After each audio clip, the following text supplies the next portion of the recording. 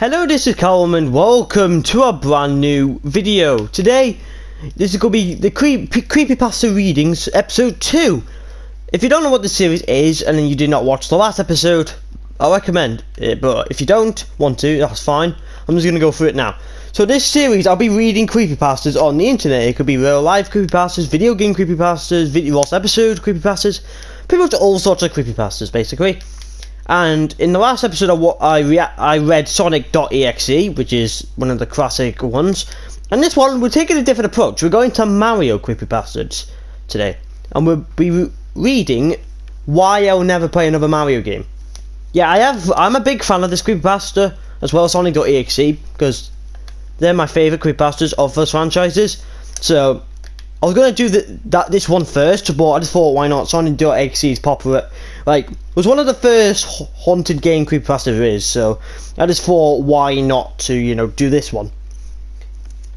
To do this one, do that one first, and then do this one second. But, yeah. Yeah, so, yeah. I'm just going to cut head to the story now, is where the, I'm going to cut to future me telling the story, and I'll speak to you guys at the end. So, yeah, I'll see you then. I am writing this post in hopes that someone can tell me they have experienced something similar. I don't know why I care about that. No matter what anyone says, the situation will be the same, and I will still think that I'm losing my mind.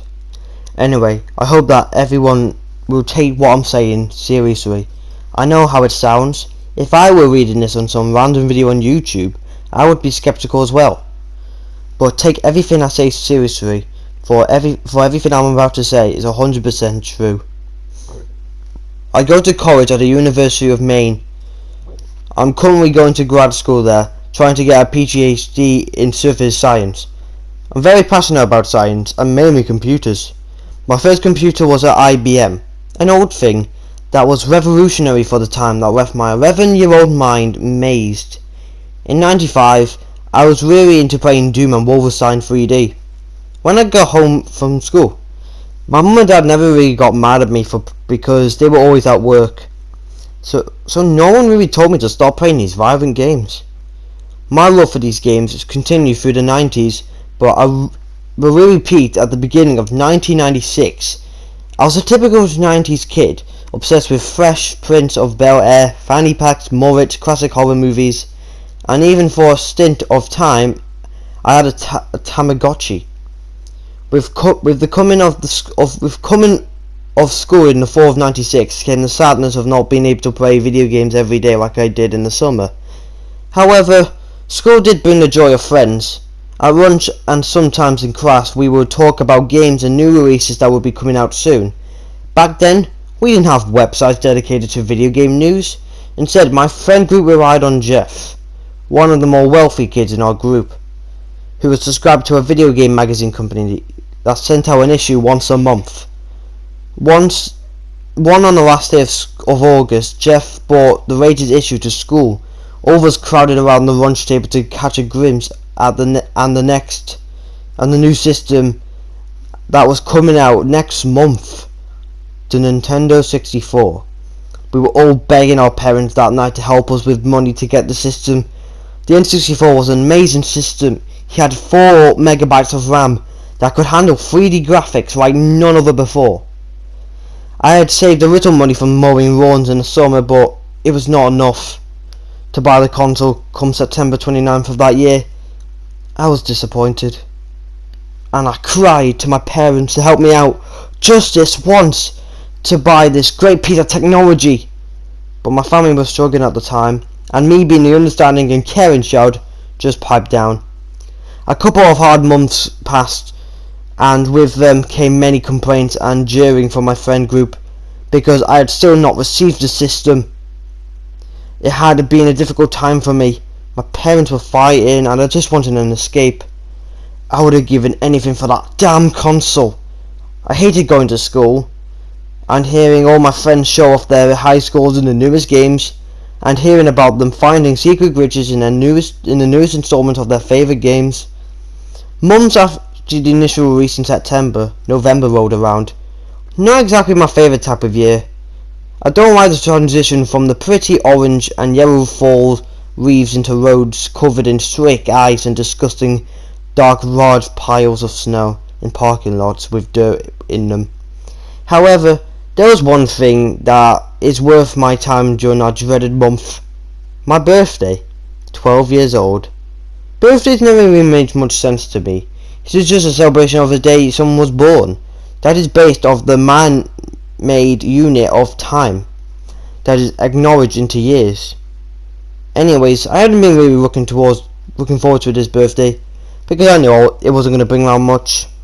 Like I said before, my parents had been fighting and I didn't really expect them to bring me to get anything from either of them, because they had been so busy with work and putting up with each other. That is why I was very, very excited to learn on the 19th of that month in 1996 that I was getting $250 for my birthday. I came home that night after school to find a letter from my mum, who had always been the most caring of the two. "Hi honey, I hope you enjoyed your birthday today. The big one too. Congrats. Anywho, your father and I, as you know, have been going through disagreements lately. We were alerted today that there was this program for couples that have been having similar disagreements. We both agreed that we should look into this. And we both fell in love with the idea. Isn't that great, baby? Anywho, the only problem with this is that we were made aware of this a little short notice, so we had to drive south today so we can be there by tomorrow, Wednesday. The program is going to last a week. I knew that you were our understanding and kind little boy, so I thought we would be okay to leave you alone until next Tuesday. That will give you the rest of the week and the weekend to yourself. To make up for this, me and your father decided to give you a little spending money so you can get yourself whatever little toy you want. We do have some food in the pantry, but I do want some of that food to go towards food for yourself. Enjoy your weekend. See you Tuesday. Love you." I didn't know whether to be excited about this freedom or disappointed that my parents were for leaving me on my 12th birthday. Either way, I had more than $200 to spend on whatever I wanted to my puny 12-year-old brain. This was like a god amount of money. And I knew exactly what it was going towards right away. I'm sure by now you can assume exactly what I wanted. I took the money out of the envelope, threw on my white windbreaker and my old Pro Wings, and hopped on my old red bike I named Silver, and started to head east past Dad's pharmacy, past the school, past Jeff's house. I didn't really look towards his house. He hadn't been in school that week. I skidded to a stop in front of the Finger Gym, or local game store. I parked my bike right next to the big window in front of the store and started to walk in. I really liked the store, and it felt good going in knowing that I was finally able to actually get something instead of just glancing around while my friends debated on what new game they should get or what Magic the Gathering card they should sell. I did a quick look around the store, eyeing on the older NES and Super NES, making my way towards my prized jewel, the Nintendo 64.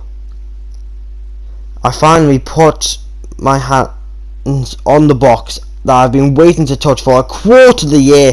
I held it up to the light so I could read the line under the name, The Fun Machine. Damn right it is. I ran my fingers over the smooth cardboard cover as I started to walk towards the counter.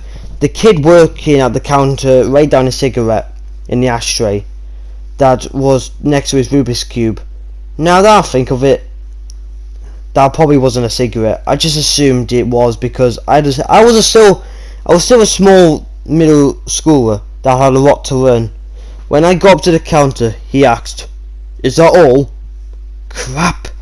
I forgot to get in a game. I responded with a quick no and started to look behind him at the selections of games. Most of the ones that were back there were meant for Super NES. Makes sense. The Nintendo 64 had been very popular in America, so of course all the games would be sold out. I spoke after glancing around a bit more, desperately trying to find a game. Do you have any N64 games in the back? The boy took another drag and blew smoke in my face. I don't know. Well, could you go back and check for me? Please? Jesus, kid, fine.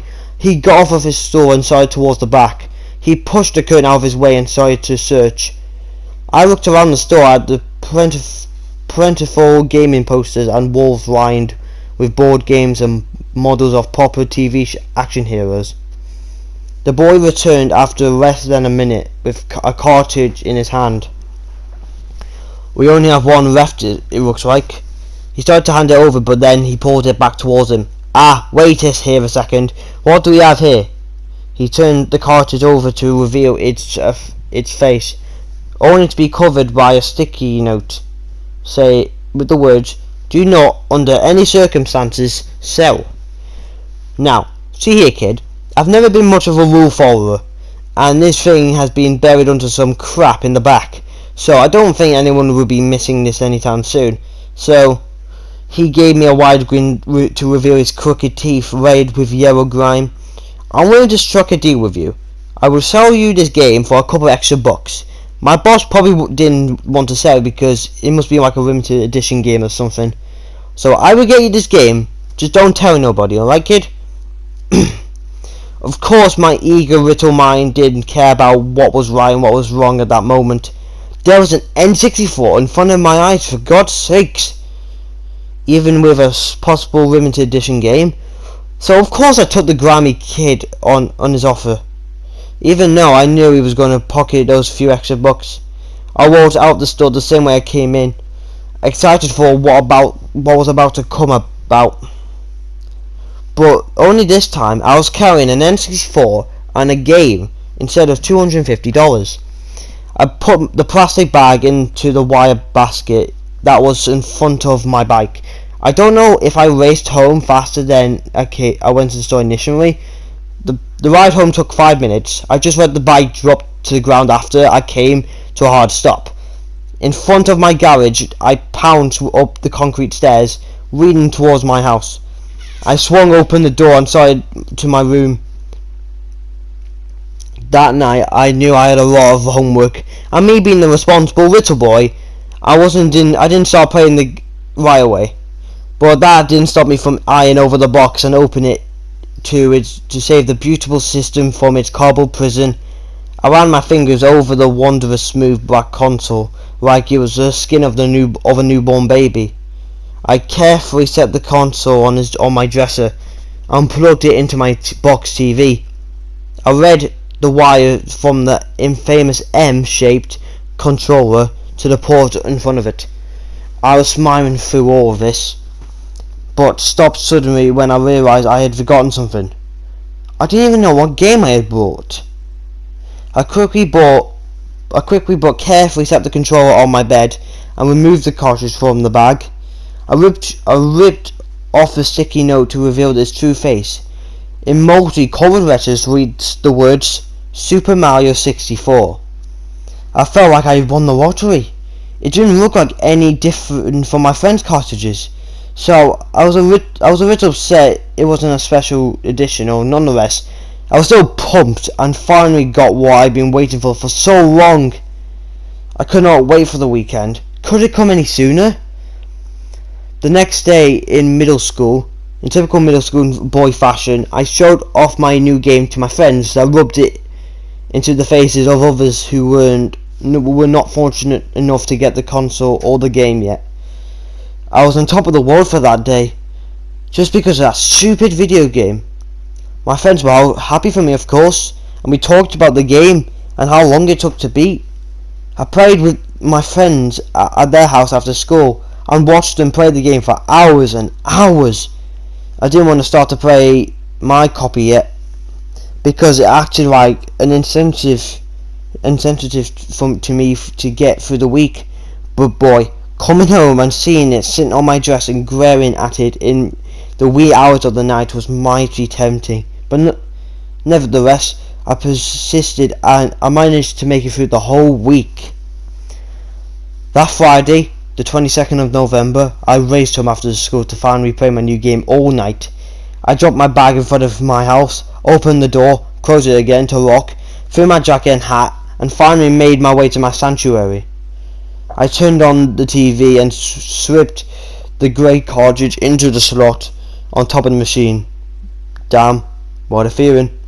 I turned on the system and saw the N64 3D logo from a ripple of some liquid I've started to turn, with a little 3D Mario running around it. The game started and I finally started to play. I was already familiar with the castle and the start, so thought I knew what was waiting for me. I made a new save file and started the game, and the camera started to move towards Princess Peach's face. But something was already off. At first I thought I had just bought a knockoff, a fake game. Maybe that's why it wasn't meant to be sold at the beginning. There was meant to be a letter from Princess Peach saying, "Dear Mario, please come to the castle. I baked a cake for you. Yours truly, Princess Toadstool," with a signature Peach under it. But what appeared to me that Friday, next to Peach's face was a letter that read, "Dear Player, you don't know what you're getting into. Turn off your system now and get help. Yours truly, the previous owner." Okay, that was odd. How had had the previous owner changed the text in the game? Either way, at the time I was too excited to play that the mysterious text didn't faze me at all. I just kept going. I went up to the castle, walked in and jumped into the first portrait. I watched Mario fall from the sky and land perfectly on the ground. Toad was waiting there for me to write information about the level. His speech said, "You will die if you continue. Turn off the game or I will kill you." Creepy as hell. But I just thought that some hacker had the game before me and just changed the text because they wanted to scare the kid who had it next. I just kept pressing the main button until the text disappeared and continued. I was reassured when I found that all the gameplay had been the same for all my other friends. I jumped into the level and evaded the mushroom enemies the same way I'd done before. I made my way around the level, collecting spinning red coins and hopping off trees. I shot myself out of the cannon and flew up to the top of the mountain to fight the final boss of that level. After that, I was warped back to the starting area of the castle. I made my way through the next few levels, the water levels, the level in the snow. I kept going until I collected 18 stars. I knew where to go first for my first fight with Bowser. I took Mario to the correct hallway, and of course it wasn't surprising when Mario dropped through the floor, because I had seen it done 1,000 times before. He landed on the rock and a text bubble appeared. "Welcome to hell." Huh? That was something new. It must have been something the hacker had put in to scare me again. I jumped around the level and invaded the flames until I reached the end of my first encounters with Mario's infamous enemy. But when Bowser turned around, something else was different. The large turtle dragon hybrid had eyes that looked like black holes. The entirety of them were black, not a single pixel of white was shown. But I just passed it off and continued. I beat the boss easily and walked back to the castle. But in the corner of the screen, right before the screen transitioned to the castle intro, I saw Bowser get up. He moved away towards the end of the map and shapeshifted into a tall black humanoid figure. The only thing that the new entity that had the resemblance of the original Bowser were the long pointed teeth pouring from his mouth. I was really freaked out at this point, and I was reluctant to get out the map. At first I thought the game had glitched, but for some reason I was in a part of the castle I shouldn't have been until later in the game. Looking up, for as much as Mario could see, was the enemy's hallway now. I'm sure some of you know what I'm referring to. You couldn't even access the area without having the right number of stars. Also, those who have played the game know that when you start to walk up the stairs, it seems they go on forever. unless you know the backwards jump glitch, or have the right number of stars, of course. I was excited at this point, because I had forgotten about the strangeness of the game for a brief few minutes. I made it this far in one day. I would have to show my friends, so they would know how good I was and how dedicated I am to the game. The only thing that could make the situation better was if I could actually make it to the top of the staircase. I placed Mario's little foot on the first step and started to ascend. After a minute of still climbing stairs, I was about ready to give up. But then I remembered something. There should be pictures of Bowser on the side of the walls leading to the top, but I haven't seen any.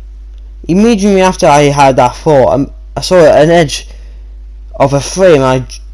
I jumped up the steps to get there quicker and landed in front of the picture. To my horror, I saw a very familiar image. Sitting on a rock was 6-year-old me, with my old dog who had died, Lassie. I was very shaken up by this. All my other excuses for this strange event held no weight now. This just couldn't be explained in any way. Of course, my curiosity got the better of me to continue. I started ascending again, only to find more familiar pictures. I walked past plethora of photos, all of which were me and my family.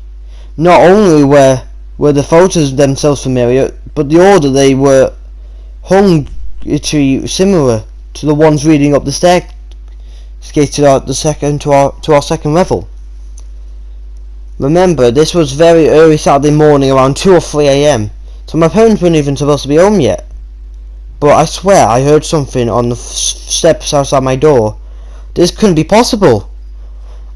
I turned round to look, but was only greeted. I've lost it.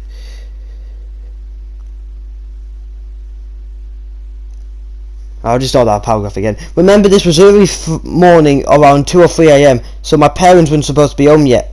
But I swear I heard something out the steps outside my door. This couldn't be possible. I turned around to look, but I was only greeted by the darkness outside my room. I looked back towards the screen to continue with playing my game.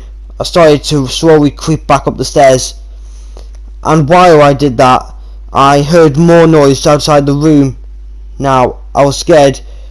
I dropped the control and bolted to the door. I grabbed the handle and swung it shut, causing the frame and most of my room to vibrate. I fumbled in the dark with the lock until I heard a click. I pressed my back against the door and let out a deep breath. Mario was still waiting for me. I went back to the game, hoping that it was just my restlessness getting to my mind. I just wanted to keep playing my game. I just wanted my game and my childhood to be normal, just like everyone else's. I turned Mario around and started to creep up the stairs in the game. Luckily, I didn't hear anything on the stairs again. I continued down the stairs, listening to the stairs moan in the game, but not outside my bedroom, thank God. I was wiping the sleep away from my eyes when I put my controller down for a second or two. I removed my hands and stretched for a bit. Letting out a long yawn, I opened my eyes to be greeted with Mario staring back at me. But only now his eyes were black as Bowser's were. I couldn't take this anymore. I brought the stick on the joypad down so Mario can get away from that damn staircase. He started walking slower than before. His eyes were still dark as night, staring into me. He gradually started to slow down, and I began smashing buttons, trying to get Mario to move just one more inch. But he just stood there. Finally, the character brought up his index finger onto his right hand and shook it back and forward along his head. He then brought the corners of his mouth back towards his ear in a grotesque smile. He opened his mouth to reveal teeth that resembled Bowser's. I was beyond trying to convince myself this wasn't real at this point. Mario turned around and started sprinting up the stairs. Along with the steps in the game, I also heard pouncing sounds outside my room again. I jumped up and went to my bedside. Whatever was outside my room had finally reached the top of the stairs and stopped. I stood in a way for a few seconds, trying to think of what to do. It started to bang on my door, shaking the frame and sent splinters into my side. I crouched and crawled under my bed. I looked up to watch the door. I was shaking. Whatever was out there kept pounding on the door. After about 5 more seconds, it stopped. I removed my hands from in front of my face to see what was going on. I looked left and right and saw nothing. I let it out as a relieved breath. I crawled out a bit more to peek around the corner. I looked at my TV screen to see Mario was looking in the opposite direction in the game, standing still in front of the final door. Mario put his hand on the door and at the same time I heard my door creak a little bit. I was so glad I had locked it. Mario removed his hand and turned to his left to look at one final portrait, and this one I was not familiar with. I've not seen it in the game, nor in my real life. It was a picture of a television set. Mario put his hand on the portrait and it began to ripple like the other portraits previously when going into a new level. When he touched it, my TV began to crackle in static and I could barely make out Mario through the white noise. As he removed his hand, everything went back to normal. He took one final look to his left, stared right into my soul. He opened his mouth and for another one of those smiles. He shoved himself into the portrait. My TV emitted the loudest static noise I've heard. It began to ripple and shake. The screen shattered and sparks flew from the back of the set. I didn't have time to see what was crawling out of his remains. I rolled out from under my bed, started towards the window. I ducked and hit my shoulder against the window. The glass shattered and I flung my body out of my room as the set continued to spark and send drapes ablaze. I hit my roof and tumbled down. The last thing I thought about before rolling off and smashing my head against the concrete sidewalk was the snow. It was the first snowfall of the winter, and I had missed it watching it because I was too distracted in the game. I woke up that Wednesday in the hospital and saw my parents and a nurse next to me. They called me up and everything that went down. The house had caught fire for some unknown reason and was done for. We would be living in a hotel for the next few weeks until we found a place to rent. It was a nice long break. I didn't have to go to school for a while because of Thanksgiving break, and because of my nasty head injury I did, of course, I had to return to my educational hell about 3 weeks later, right before Christmas break, which I had been looking forward to as well.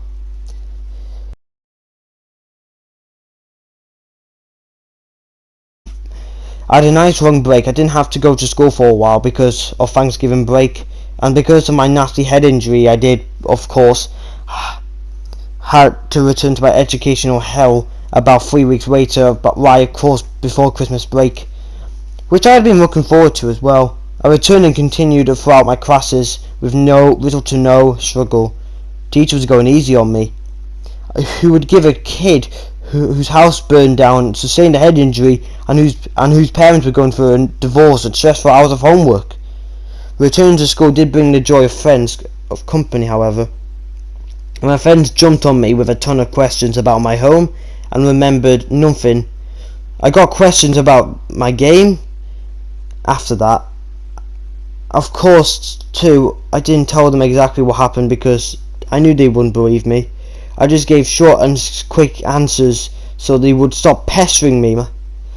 And they also brought up Jeff. He had been playing the game down in his basement while his parents were away during the week. Now I don't know if this is true, but the gang told me that Jeff's parents had returned home to find Jeff under the steps leading to the basement, hanging from the cord of his N64 controller. They told me that the police told his folks it wasn't suicide due to head wounds and gouged out eyes, but it hadn't been ruled as murder either, because there was no signs of struggle. Jeff's dad told me had sold his N64 and copy of Super Mario 64 to the Finger Jim to get the reminder of a house. So yeah, that's the end of why I will never play another Mario game. Oh, that was a good one. That was actually a really good one, to be fair. But yeah, I loved how it was on Mario 64 one. They could have done about every like any other Mario game, but they used my favourite one, and that makes it even good. Because I like reacting to Mario 64 creepypastas. They're fun, and that's why when every copy of Mario 64 is personalised became a big thing. That's why I was hooked. But yeah, that's gonna be the end of this episode here. If you put down in the comments down below what creepypasta you would react to next. But as I said in the intro, I'll try and do like any type of creepypastas, real life creepypastas, video game creepypastas, lost episode creepypastas, pretty much all sorts of creepypastas basically in the series. So any suggestions free, I guess. Like any suggestion I'll probably will do. But yeah, that's going to be the end of this episode here. Thanks for watching, and I'll see you all later. Bye bye.